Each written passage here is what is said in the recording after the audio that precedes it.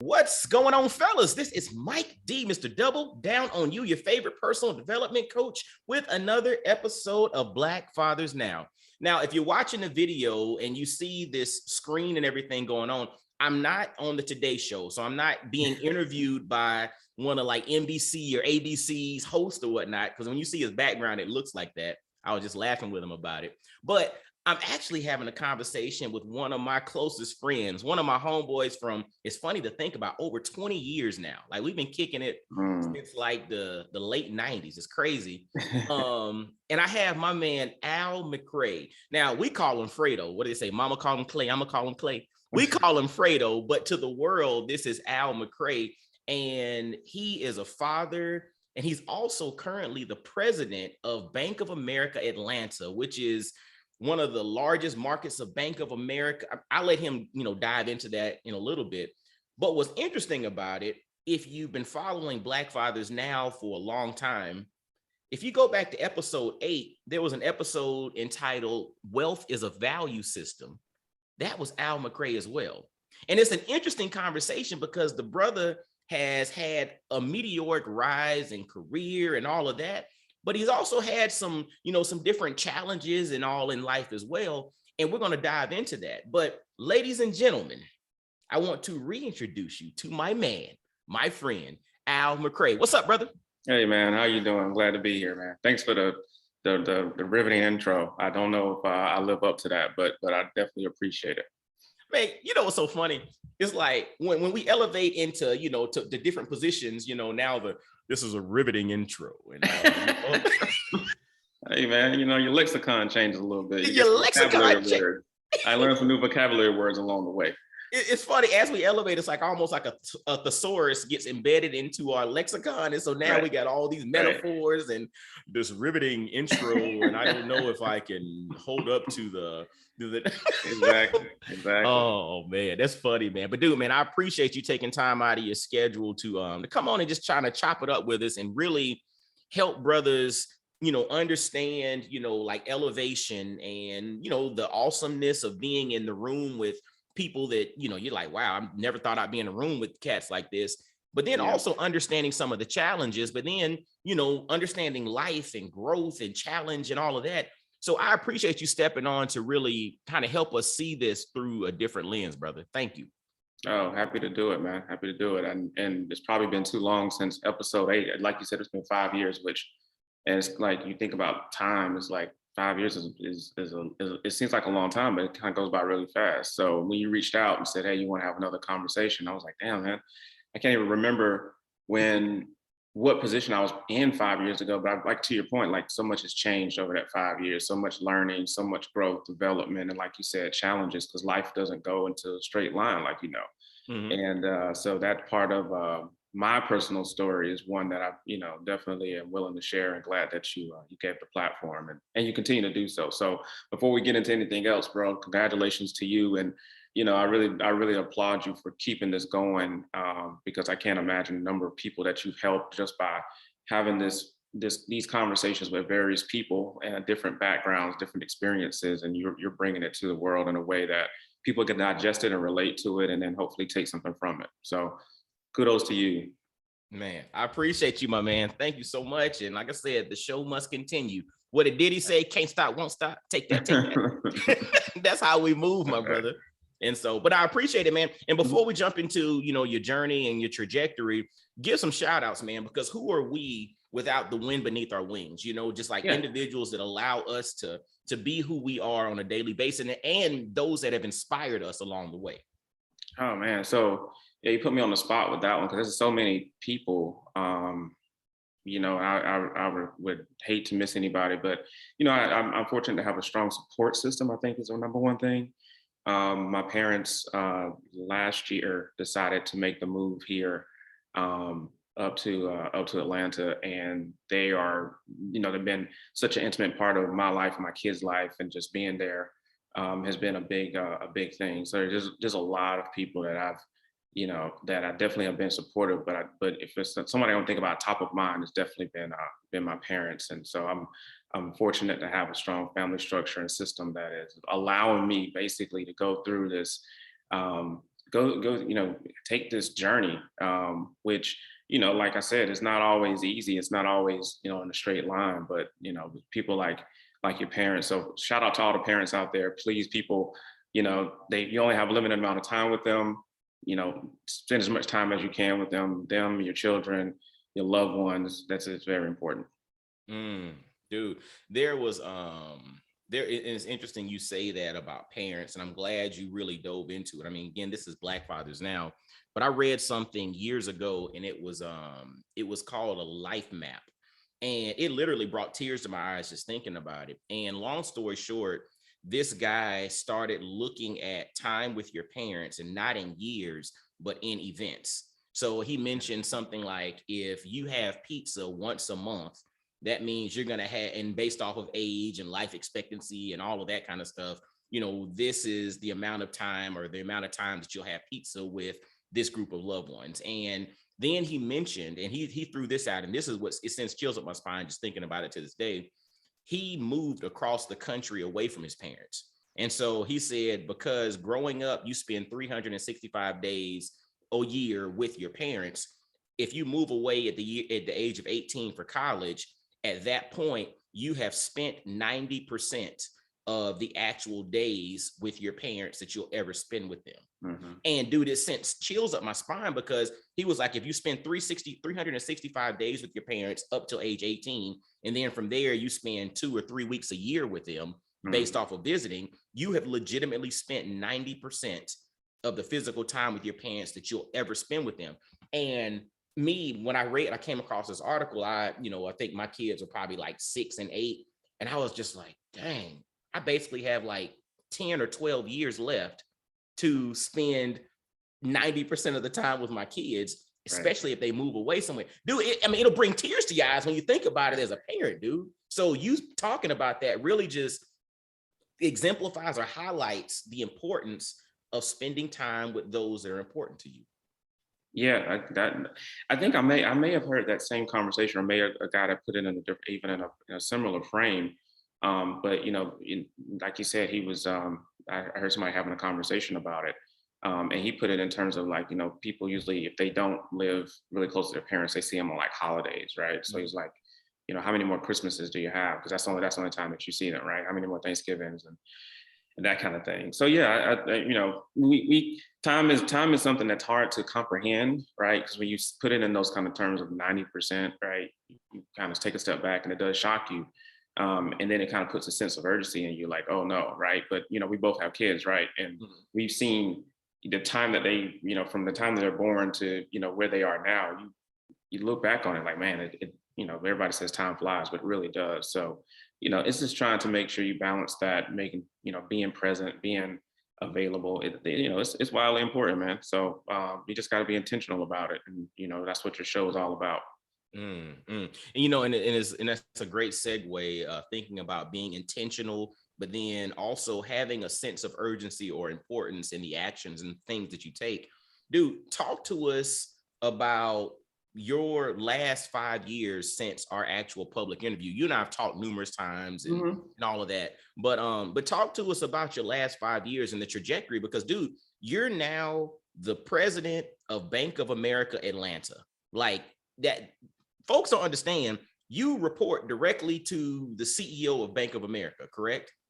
I don't know. So I'll explain. I'll break this down. I'll explain to you, because it's really an interesting matrix, the way that the bank does it. So I actually have 2 roles within the organization.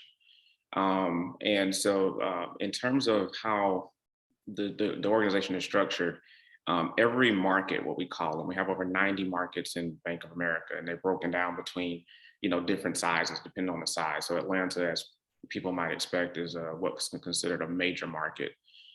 We have 19 major markets in the organization. So think of big cities like, Chicago, New York, Charlotte, Miami, LA, Dallas. All these markets are large markets.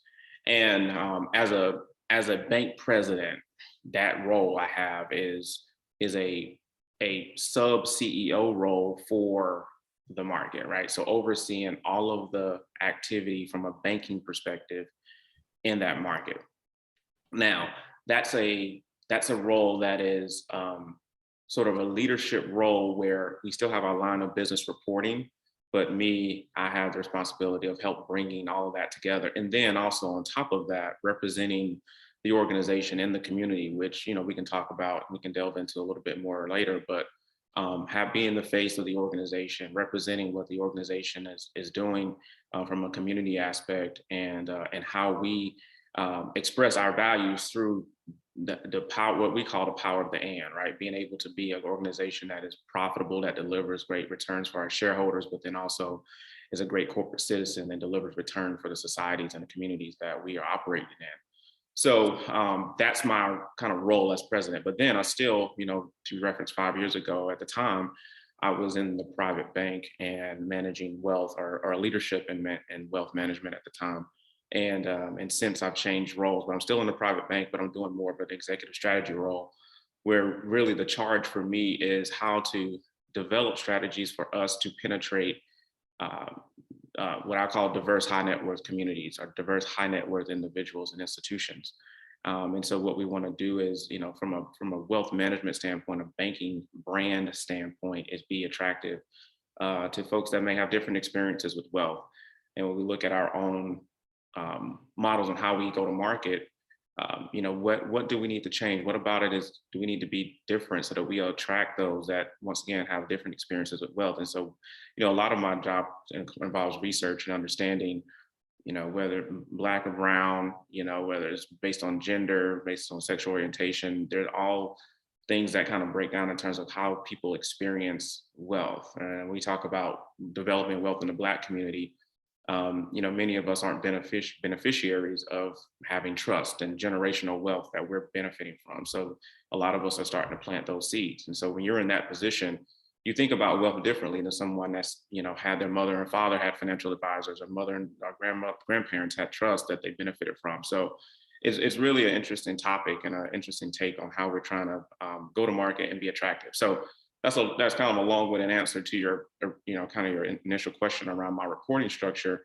But I have both responsibilities, and both of them speak to strengths and things that I enjoy doing, which I feel very fortunate to be in that position to do. That's amazing.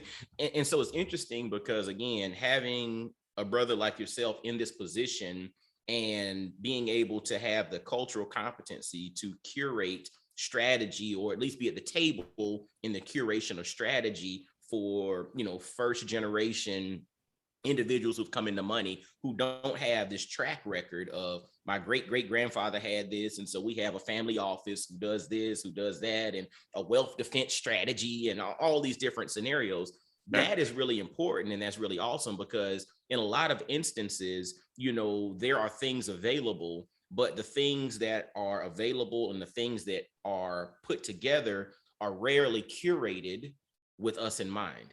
And so that's why it's so important to have individuals like yourself in positions at the table, in the room, making decisions, so that the cultural competency, or the cultural competence, is there with regard to creating solutions that benefit us.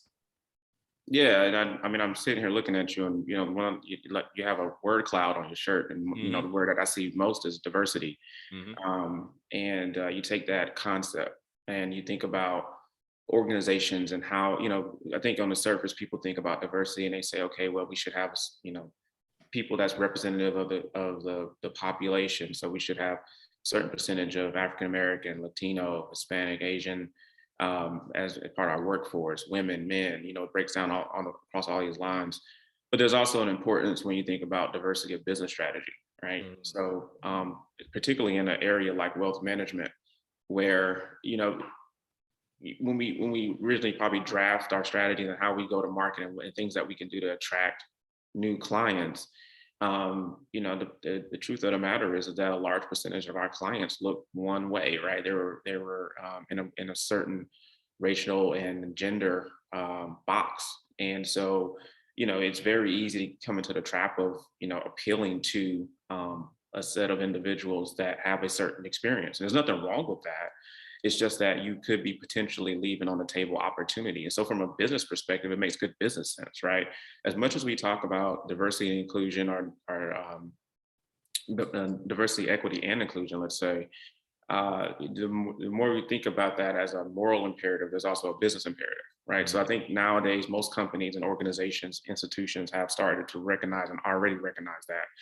But then you go beyond that and say, okay, well, now that we have this diversity of people, what does that lead to? Well, that should be lead into a diversity of thought, diversity of strategy, and diversity in how we look at our current operations and say, what do we need to do to change it, as you said, to appeal to a different set of individuals. And so that's I won't say that Bank of America is exclusive in doing that. I may be biased and say that I think the organization has been on the forefront of thinking that way, particularly as it pertains to our people.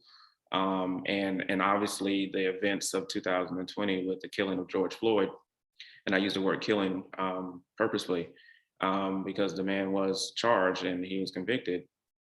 But since then, you've heard a lot about this concept. But quite frankly, there were organizations, and Bank of America definitely was one of them, that was on the forefront of thinking about the value of both from a moral imperative, as I stated, and a business imperative of having different voices at the table. And like I said, that breaks down not just race, ethnicity, that's gender, that's sexual orientation, that's age. I mean, that's one of the things that I know I benefited from is that I was likely a lot of times in my leadership roles, one of the younger individuals. Forget the fact that I was a Black African American man. I was usually younger also. Dude, I'm gonna tell you what's interesting when you were talking and you mentioned the concept of diversity of business strategy, because usually when we think of diversity, we typically think surface, right? We think of the least common denominator, which what do I see? And I just want to walk into a room and see that there's other things that have, or see other entities or other individuals that have some type of alignment with who I am on the surface. Mm-hmm. But I wrote down the quote, the surface isn't enough, right? Because even having people in the room and having people at the table, I think, and that's good, and that's a start. But where we really need to get to is having the right people in the room and the right people at the table. Because, and I'll give a prime example when it comes to diversity. We have to have people who understand, but then also understand the ultimate mission, right? So years ago, I used to work I had a major pharmaceutical company, Fortune 100 company that I worked for. And when I got hired, my direct manager in the state of Tennessee was Black. My regional business director was Black. The field sales director of the organization was Black, and the general manager of this operating entity, which again was part of a Fortune 100 pharmaceutical company, was Black. My whole direct vertical integration, which ultimately ended up reporting directly to the North American CEO, was Black. This whole thing. Years later, the regional business director, which was my manager's manager, became a mentor of mine. And I talked to him, and literally he laid out the fact that he was very intentional about fast tracking individuals under him into particular positions. Now, he wasn't broadcasting that, but he was in the position to open up doors. And he actually allowed me to travel the country doing conferences and sitting in rooms and being at meetings. And I asked him, I said, dude, there was really nothing special about my performance. I was okay, but I wasn't like the top performing whatever. And I said, why was I afforded these opportunities? And this was after we were working there. He said, Mike, honestly, I was giving you a taste of what the white boys have gotten for years. I was just like, dude, it sent chills up my spine because he specifically was intentional about being in the room. And again, he wasn't exclusive to just doing things for just Black people. He did things for a lot of folks, but he was intentional about giving opportunities and having conversations and creating pathways for others who otherwise would not have gotten those opportunities in previous administration, so to speak. So it's about the right people, not just having a warm body in the room and at the table. Yeah, and I'll take it out a step further. So two things to acknowledge. Number one, and I tell people this all the time, I do a lot of mentoring for diverse individuals when they come to me at the bank and they're just starting out and they're having these conversations around, how do they network within the organization? How do they, take the next step? And I say, just like with any other group, right? You always need allies, right? You need folks that are not a part of the group to be sponsors and be mentors and be folks that can speak up. So I've benefited from having a lot of quite frankly, so your situation may be more unique in that I didn't have a lot of diverse leaders in the organization, right? So a lot of my leaders were typically in the wealth management industry because we were there, were white males, right? But I can honestly say and sit here and be genuine and say that without their support and their advocacy, I wouldn't get to the places that I got, right? So, one of the things that I do make sure, and being a balanced approach around having this discussion is that, our majority, brothers and sisters, our white brothers and sisters have been just as um, integral in this process of diversifying our Mhm. experiences and getting to those tables and in those rooms. But a good friend of mine in the organization that actually works in diversity and inclusion, we were having a conversation and she really broke something down for me that was interesting and taking your point a little bit further. It's like there's diversity and then there's inclusion. I think sometimes because we say it so often as like the same word, people like kind of conflate it. The truth of the matter is that way she said it to me was diversity is, you have a party and you're inviting everybody, regardless of their age, their race, their gender, sexual orientation. You invited them all to the party. But inclusion is when you get to the party, are you dancing with everybody? Is everybody allowed to Mm. dance? Right? Because it's one thing to be in the room; it's another thing to be included in the actual party, right? So before, if you think about that concept, you may had a party, a house party, and everybody in the house party in the room looked the same, and people were on the outside looking through the windows. Well, just because you open a door and say come in doesn't necessarily mean that you are a supporter and advocate of diversity, equity, and inclusion. Because the truth is that when you get into the party, now you need to invite everybody to participate.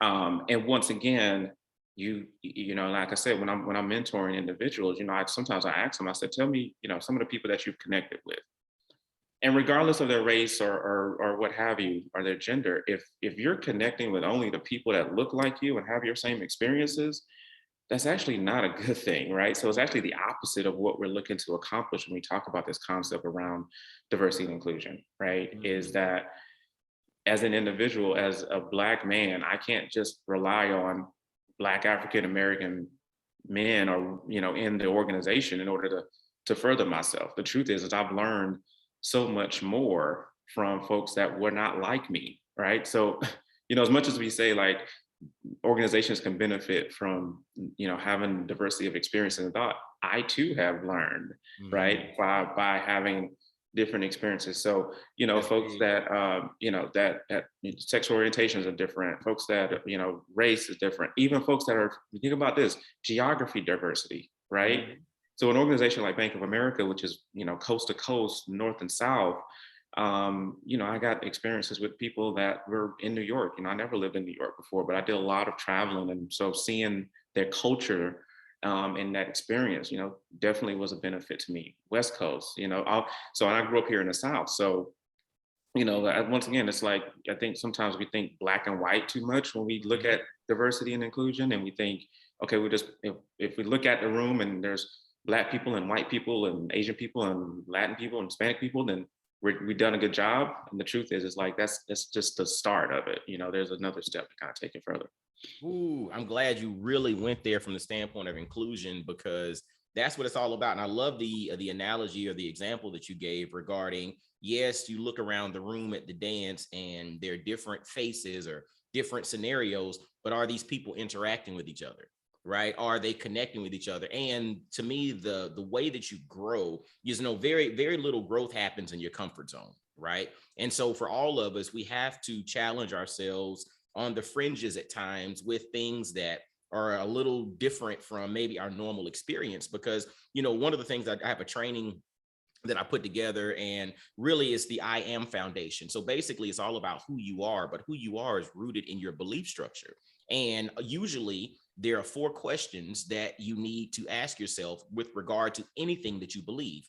What do you believe? Why do you believe it? How are you practicing and or reinforcing that belief? But then finally, and this literally plays into the example that you gave, how do your beliefs stand up to testing? How are you testing that belief? Because the thing is, if your belief does not stand up to testing, how strong is your belief structure. And so when it comes down to the concept of diversity and actually inclusion, what do you believe about it? Why do you believe that? How are you practicing and or reinforcing that belief? But then finally, that belief that you hold, if you put it to test, does it hold up to testing? Because the thing is, a lot of times when we have challenging belief structures, when we have challenging thoughts on something, we've not really put that thing to test. We just hold on to it. We reinforce it. We basically get an echo chamber where we can keep beating that thing and getting further ingrained, but we never put it to test, because once we put it to test and you start to challenge it, then you start to open yourself up. So my suggestion to all the brothers and sisters listen to and that are listening to this conversation, things that you hold true, put them to test. And if they don't hold up to testing, go back to the drawing board and rethink that thing that you held true. Yeah, I completely agree. I think that's a interesting way to put it, but yeah, I mean, it just comes down to, first, if you're gonna say that this is your belief system or this is the way you think, like, you got to apply it to yourself also, right? It just doesn't apply to everybody else, right? So, we can't be hypocritical about it. We can't say like this is good for everybody else, but like to your point, we put it to the test. It's like, well, it's not necessarily what I need to do or what I need to follow. And I think any good leader should follow that. So that's a good point. And so, like we mentioned, this last 5 years, this rise into becoming the president of Bank of America, there have been some awesome scenarios. I mean, again, you're rubbing shoulders with folks that, people see on, news articles and this and that and all of that. But then there've also been some challenges along the way. Talk to us a little bit, about, this last 5 years, my brother. Yeah. So, I think, like to your point, like life happens and things change. So a lot of your listeners may know me personally and know that I've, my wife at the time, and we separated, who I'm happy to say is a really good friend of mine. And we have a great co-parenting relationship and friendship. But, we decided at the time that, marriage wasn't necessarily for us as individuals. And so that's changed. But I can honestly say I feel real blessed in the situation that, we're able to have this relationship that benefits not just the kids, but us, right, from a friendship level. I talked about my parents and their move and what that's meant to me and to my kids in terms of proximity and being able to see them. And then you chronicled some of the changes professionally that I've gone through and been a benefactor of and had the opportunities. Because 5 years ago, of course, I didn't chart any of this out. I didn't say like, oh, I think this is going to happen. It's going to happen. So there's no way that I would know. So I think just as you go through these various scenarios and situations, it's always, once again, life throws curveballs at you, and it's not a straight line. Even with the role that I'm in now, I had in my mind maybe said, I would like to do that, but from a timing standpoint, I never expected that it would be in the frame that it's in now, right? Because the truth is I took the new kind of strategy role that I talked about before in late August of last year, and then November I get a call, and it's not one of those things where you interview for or anything like that, or they post for it or anything like that. That just once you get to that point, the organization knows who you are. And I've been fortunate. I've worked for Bank of America since I graduated college, Georgia State. So that's been over 18 years now, which sounds weird. I'm dating myself really. I guess you already did it and said we've known each other since the 90s, since college. I'm like, man, I can't believe that how long the time is. And people, and just a side note, somebody was talking about the 70s the other day. I was like, yeah, that was about 30 years ago. And I was like, whoa, hold on. That's 50 years ago. That's crazy. 70s. I was like, whoa, wow, that's over almost 50 years ago. So yeah, man, it's age does that to you, but I mean, we're fortunate, right? We have health, and I know you're a guy that takes care of your body, and so the good thing is that we probably don't feel it, but yeah, you run across some younger people and all of a sudden they, real quick, when somebody said they graduated college in the 2000s and they're working side by side you're like, wow. So no, let me tell you, hold on, side note, or when you have somebody that got a little bit of gray in their hair saying yes sir to you, and right. Dude, that throws me off. I'm like, dude, if you don't stop saying yes sir to me, like, this is not the military, you don't have to Yeah. But Yeah. then you realize you like, well, biologically speaking, I could probably be your daddy. All So right. And then you're like, you know, their parents taught them to be respectful to older yeah, people. So you're looking at it like, oh wow, I guess I am older people I now. guess I am. Right. You want to be hip and cool. It's like, oh my God. But yeah, so like I said, from a time perspective, there's no way I thought about it. And the truth is, my contemporaries in the role for president are probably a little bit more are older than I am. And to your point about sitting at a table, sitting at a diverse table, you know, we have our when we have our meetings, and I'm around my contemporaries. You know, I get the benefit, I call it, from having so many different people, whether it's women, whether it's different race, ethnicities, whether it's age, diversity. And so being, you know, you talk about, you know, rubbing shoulders or you know, having that responsibilities, like for me in the community, right, is the being a representative of the bank. I've gotten to meet over just the last 4 months some real amazing people, and it's been inspiring to me to see how many people are actually working together and focused on addressing very real issues in our community. So, you know, just like any other city, major city, Atlanta has its challenges, but also talk about the huge upside and opportunities that Atlanta has. So I get to sit kind of in a role that is on the front lines of thinking about that and how do we address that. And the truth be told, that's the part of it that excited me the most. You know, that I don't. I'm fine, you know, financially. My kids will be fine. My family, everybody, you know, is fine. But when I think about what the impact of the role could be, that's the part that inspires me more. That's the part that really gets me excited because, you know, being able to put your stamp on something. And I have some personal passions around things like, you know, and we've talked about on your show before, wealth building in the Black community, business ownership, you know, and how do we continue to seed and fund and support, you know, minority business owners, women business owners, all these different things that can make for a better society.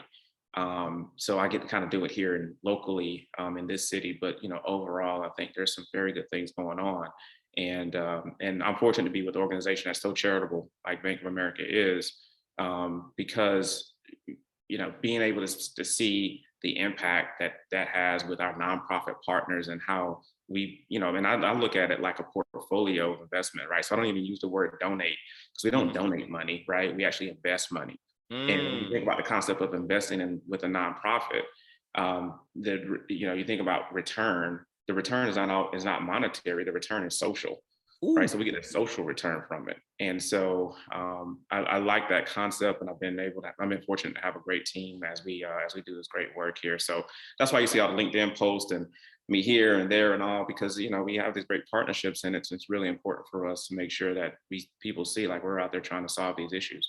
Man, and dude, and that to me, I love the concept of, you know, investing versus donating, because I think, especially in our community, we have to reshape the narrative on how we help and how we empower those in our community. Because if it's, I mean, again, there are times in which, you know, people just need somebody to donate something and get out the way and make it happen. But that's not the only way to help. And I think from a long-term strategic focus perspective, the investing arm is a lot better, because investing shows that, look, first off, I believe in what you're doing, right? So I'm not just coming here just dumping money on you, even though some say they would like that.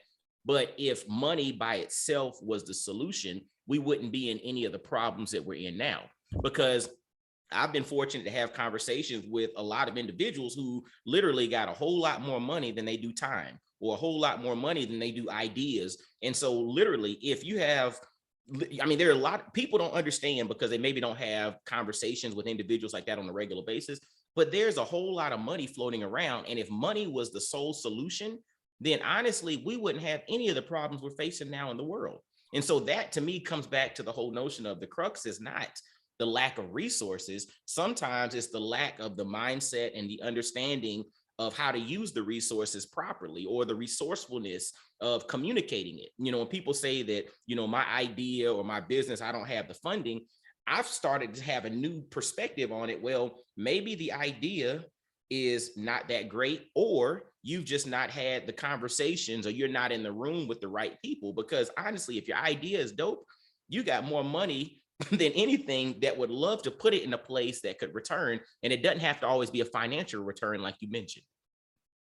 Yeah, that's and that so from on a business side of things, on a for-profit side of things, you make a good point. And this is one of the challenges that we have, right? So we know that business ownership is a mechanism of wealth building that is important, right? And we want to encourage that in our communities. But a lot of times it might not be, just because somebody has a great idea, it's not necessarily going to translate to a profitable business. There are many things that go into that.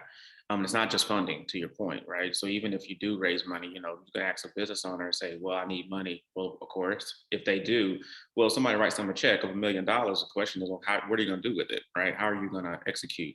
And sometimes that tactical execution, that tactical know-how isn't there. And so it's like you said, it's not as simple as just writing a check all the time. Sometimes there's other programmatic support that may be needed for, whether it's a nonprofit or for-profit organization. So as we think about these issues, it isn't just, like, to your point, a money thing, right? It's much more complex than that.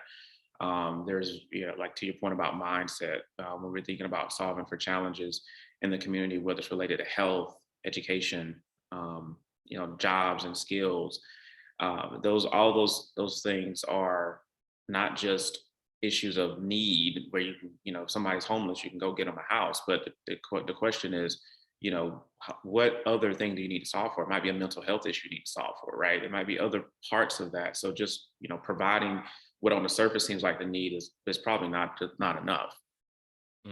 Dude, I want to throw something, and to me, this is kind of a great segue. We're talking about mindset and process, and this is Black Fathers Now, and the whole goal of this is bringing the village to the brothers. And I like to bring insight, inspiration, and wisdom that the brothers can take action on. And so when I have, brothers like yourself on the platform, I want to jump into your process, because like you mentioned, over the last 5 years, there have been personal transformations and family structure changes. But then there's also been this professional meteoric rise. Talk to us a little bit on a personal level, how you mentally, emotionally, and spiritually prepare yourself to tackle the day, as you navigate these different waters. Because we don't always talk about process. Like we mentioned before, it's not just a check. It's not just a, surprise, I'm here. No, it's not just that. There's a mental, emotional, and spiritual thing that goes on inside of us that helps us to deal with, the good side, but then also the challenging side. Before you give your response, as a quote from the poem If that I love. And it states, if you can talk with crowds and keep your virtue, or walk with kings nor lose the common touch.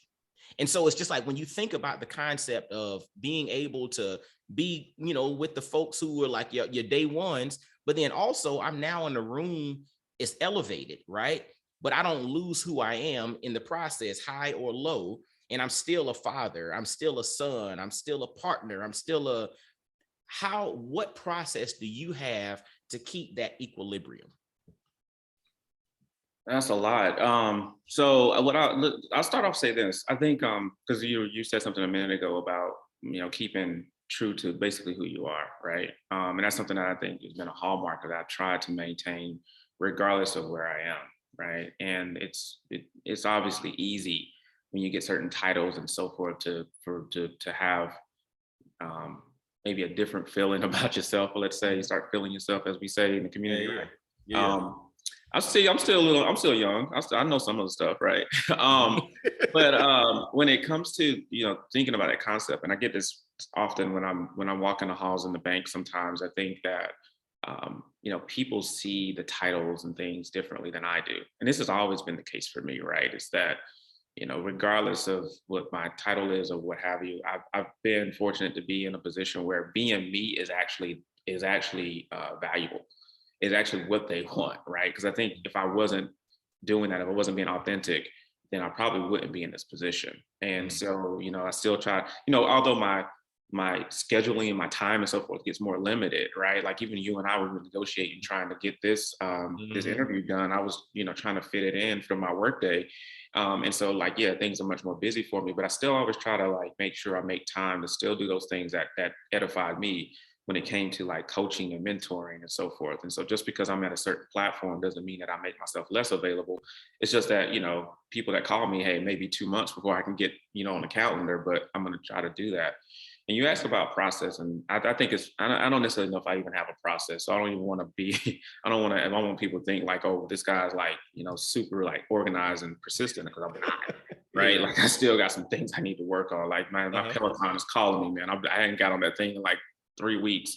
So, I'm not, I need to make sure I exercise. I need to make sure I'm eating, properly, and all these different things that, I still, struggle with and still have to work on. But one of the things I try to do is like from a mindset standpoint. And so, and this is what I try to always do. Number one, treat people right. Just treat people right, regardless of who they are, where they are.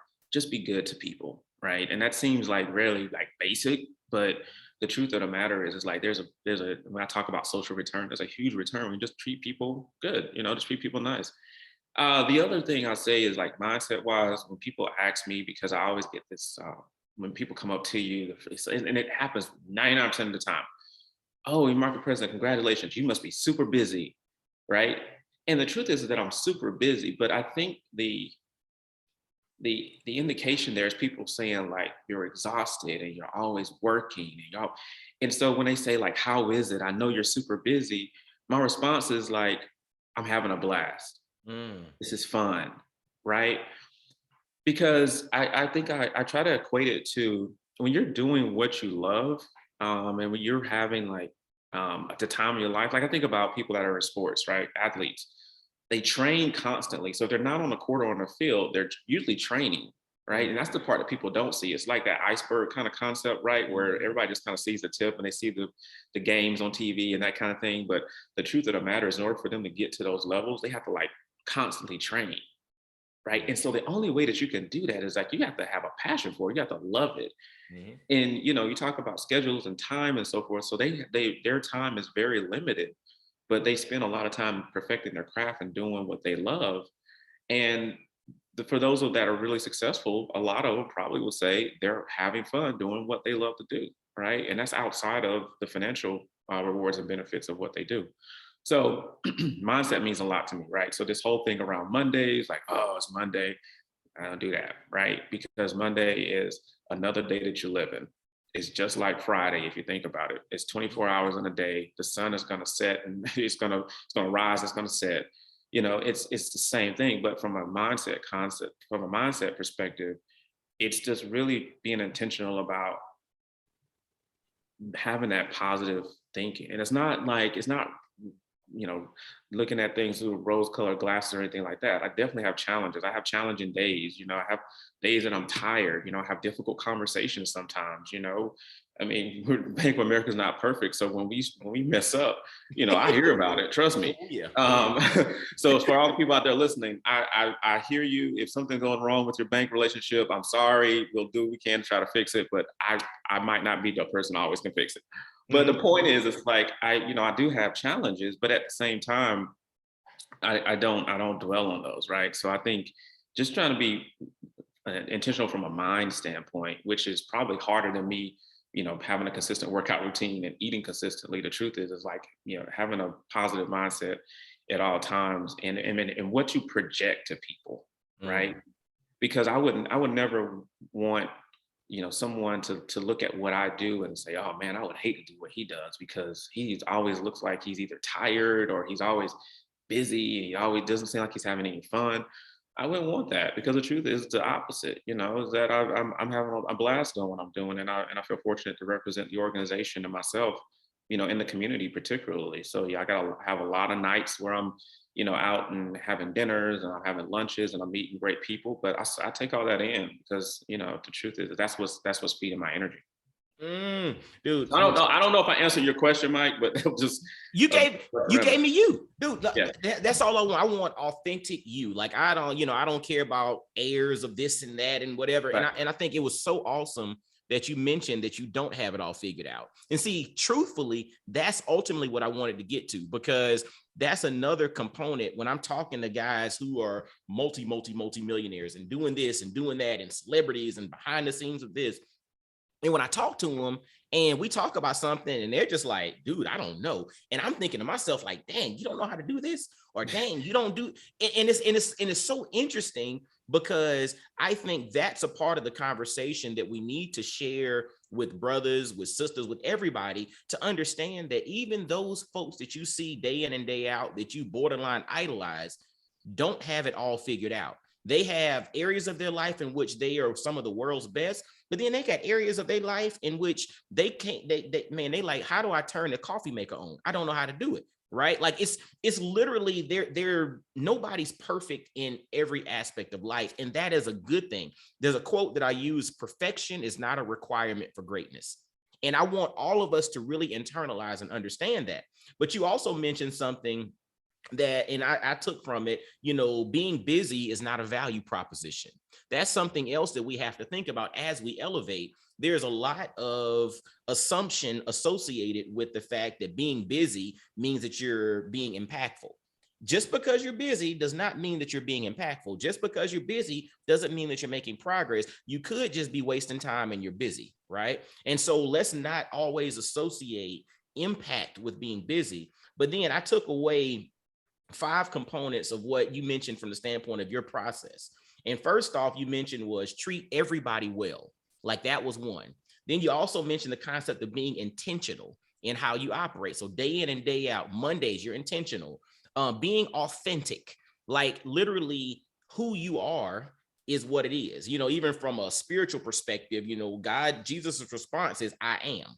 So it's not I will be, I was, I might be, or I can try to become. No, I am. And so the whole concept of authenticity, your secret sauce, is who you are. There will never, you might have a kid that looks exactly like you, speaks like you, walks like you. Your kid is still not you. There's only been one you, and there only will be one you. Your authenticity is your secret sauce. You mentioned also to not dwell. I think that's something that a lot of us have issues with, is we dwell over an issue. We dwell over spilled milk. If the milk spills, clean it up and get another thing of milk. Or if you don't have milk anymore, find something else to drink water. You know what I'm saying? But the reality is, once it's done, it's done. We can't dwell on a decision. We have to figure out a way to, I always say, apologize for what you've done, but never apologize for who you are. Don't dwell on it. And then finally, you mentioned the concept of having fun.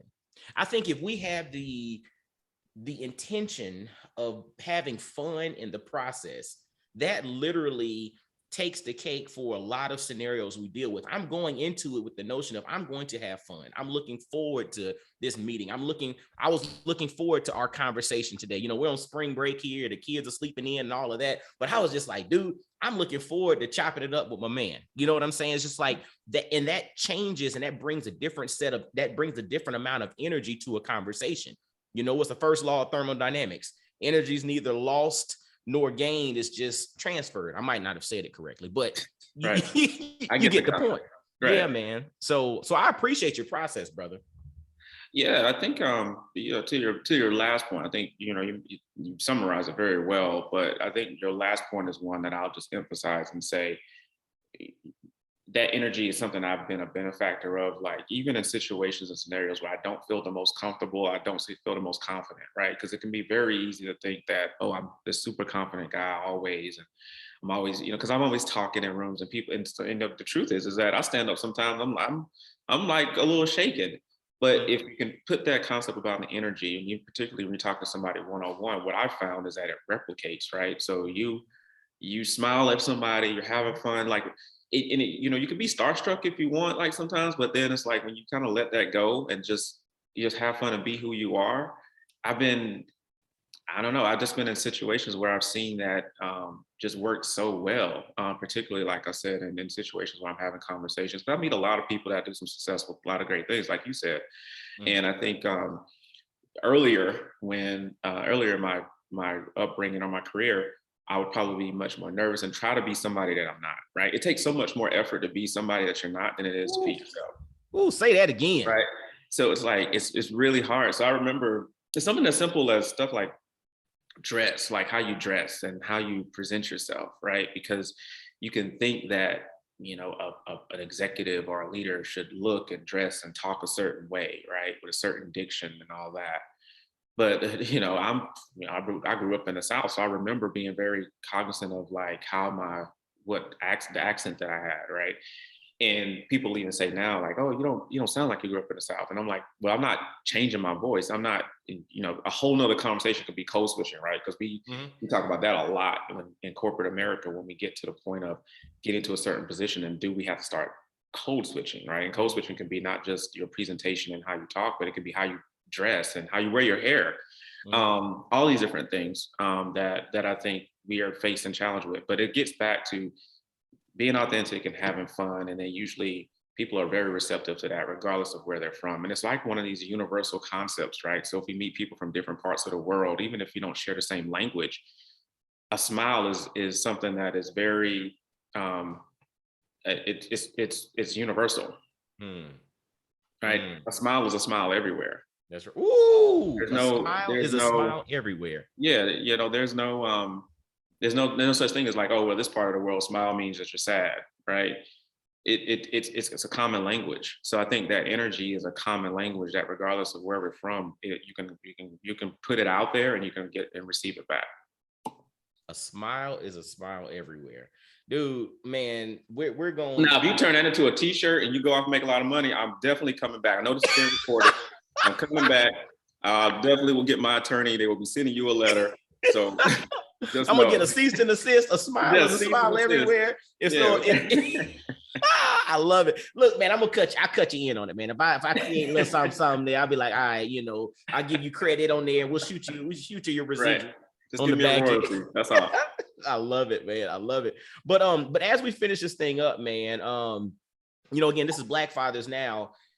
Talk to us real quickly as we, wrap up our conversation, and then also give, contact information or things that you'd like to put out there for everybody. Once you give me your response here, talk to us a little bit about how this last 5 years has impacted you as a father, specifically a Black father, and then give your, words of wisdom and contact information for folks to continue following what you got going on. Oh man. So from being a father, I think that I have a point of pride with my kids because they've been so resilient, and I think just like you have kids and you see the growth and the development. It's a fun thing to experience, and I think just sharing those moments with them. One thing I do is I tell my kids every day, every time I see them, every day, like, I love you. Like, I think as Black fathers, we probably can't do that enough. Is hug your kids, tell them that you love them. I do it multiple times a day, I know.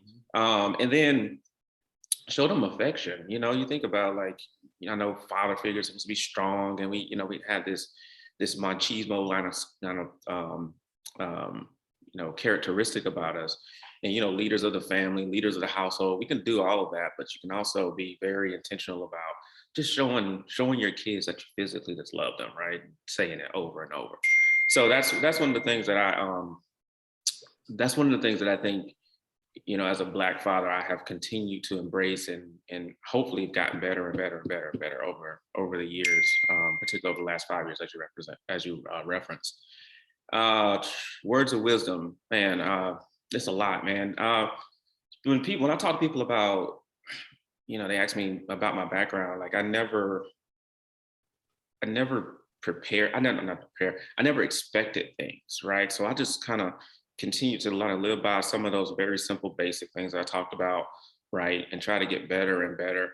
I remember I was in a session about a week ago, and it was younger professionals, and they said, can you give us some good book recommendations? And to your point about being vulnerable and being honest, I said, what the truth is that, excuse me, I don't read a whole block, right? Like, people think like I must be well read. What I do is I listen a lot. I have audio books, but I don't read books because I have time in the car that I've spent,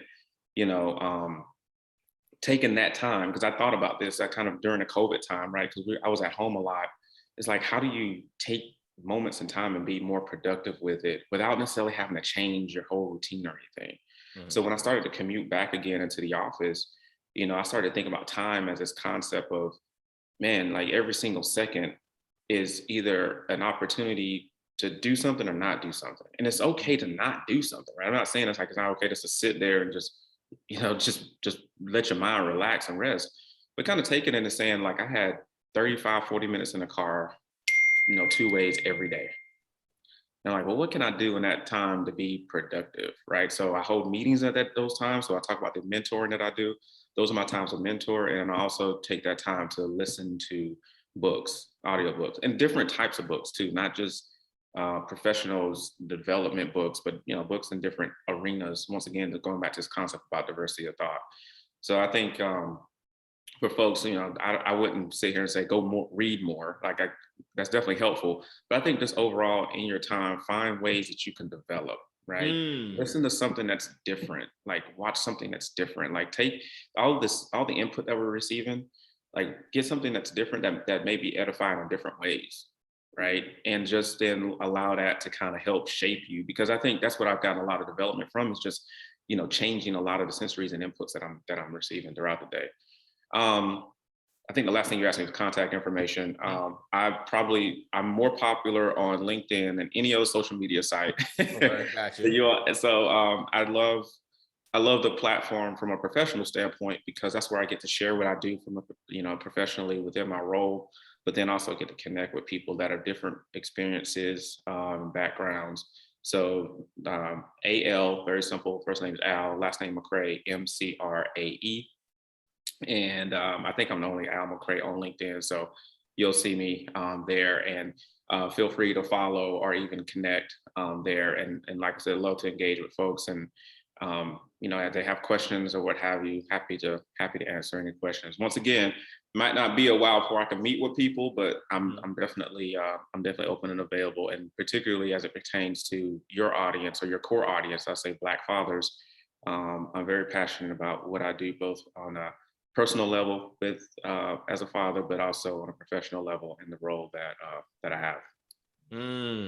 Man, so fellas, y'all get on LinkedIn and you find Al Mcrae. I'll make sure to have a link in the show notes for you to connect with him. And also, if you want some background on him and his story, go back to episode 8, way back from May of 2017 of Black Fathers Now. Like I probably didn't. My beard wasn't formed then. Probably like I was still kind of struggle beard at that time. Probably. See, that's what happened. He get that grown man beard now, right? Yeah, exactly. But and the funny thing, back then I wasn't recording the video and the audio. It was just audio. Oh, just audio. Okay. Just audio. So this will be released both audio and video. And so you've evolved. See, even you have evolved over time, right? Slowly, we getting there, slowly but surely. But my brother, man, I really appreciate you coming on and sharing your insight, being open and honest about this last 5 years, the ups, the downs, words of wisdom. And fellas, I hope you take away from Al, busy is not a value proposition, but make sure that you treat all people well. Don't dwell on things, be intentional, have fun, but then also be authentic. Like that's probably the biggest component that you can take away from his story. Connect with Al Mcrae on LinkedIn. Remember, a smile is a smile everywhere. So no matter what you got going on, no matter where you're traveling to, no matter what city or room you're in, a smile is a smile everywhere. So if you ain't got nothing else to give somebody a smile. So my brother, dude, I'm proud of you, man. I'm proud of you, and I'm glad that you my homeboy from way back. We ain't gonna talk about what we used, back in the day, but homeboy from way back, and growth and development, bro. Growth and development. Growth and development, and thank God there was no social media back in college. Good gracious alive. But man, I'm proud of you, brother. Man, you keep up the good work, man, and fellas, as always, make sure to follow Black Fathers Now on all social media outlets. Continue to share this thing out. This is going to help somebody. And until next time, y'all be blessed, well, and wise. And I'll holler at you. Peace.